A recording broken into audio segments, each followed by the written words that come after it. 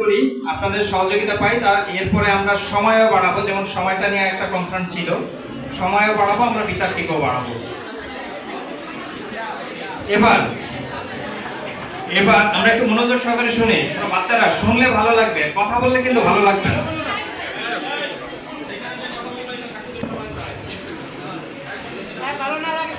আমরা শোনো বাচ্চারা, এই যে যাদেরকে দেখছো, আমি ডেস্কে দাঁড়িয়ে আছি, আরো অনেক সিনিয়র আছে, আমার অনেক সুপার সিনিয়র আছে, তারা এই স্কুলের স্টুডেন্ট।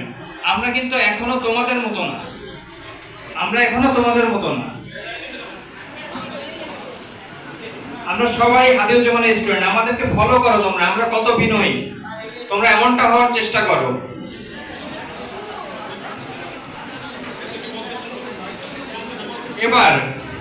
এবার বক্তব্য উপস্থাপন করবেন বোয়ালিয়া স্কুলের শেষ বক্তা তানহা ইসলাম, দলনেতা, বোয়ালিয়া স্কুল উচ্চ বিদ্যালয়। তিনি বক্তব্য উপস্থাপন করবেন বৃদ্ধ পিতামাতার প্রতি অবহেলার প্রধান কারণ সন্তানের মানসিকতা। এর পক্ষে তিনি তার বক্তব্য উপস্থাপন করবেন। দলনেতা নিশ্চয়ই ভালো বক্তব্য আমাদেরকে উপহার দিবে, আমরা মনোযোগ সহকারে তার বক্তব্য শুনবো। পক্ষে অবস্থান নিচ্ছে, পক্ষে বক্তব্য উপস্থাপন করছে তানহা ইসলাম, দলনেতা।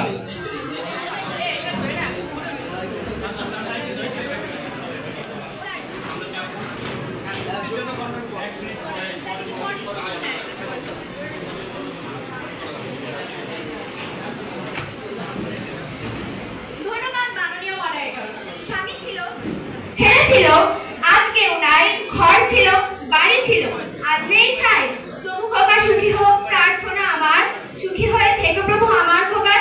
মাননীয় মডারেটর, আজ চরম অবহেলা ও বঞ্চনার শিকার হওয়ার পর আজও শত শত বৃদ্ধাশ্রমের মায়েরা ঠিক এভাবেই তার সন্তানের জন্য প্রার্থনা করতে যাচ্ছে, যেন তার সন্তান ভালো থাকে। মাননীয় মডারেটর, বিজ্ঞ বিচার মণ্ডলী এবং বিতর্কী বন্ধুরা, সবাইকে জানাই সাধারণ সম্ভাষণ। বিতর্ক চলছে। প্রস্তাবনা: বৃদ্ধ পিতামাতার প্রতি সন্তানের অবহেলার কারণ মানসিকতা, যার পক্ষে আমি আমার দলের অবস্থান।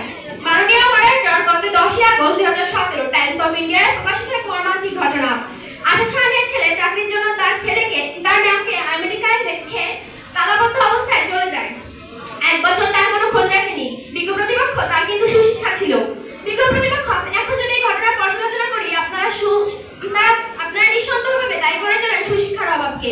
তাহলে আমি বলতেই পারি যে হায় রে কপাল মন্দ, আমার প্রতিপক্ষ বন্ধুরা চোখ থাকতেই অন্ধ। মাননীয় মডারেটর,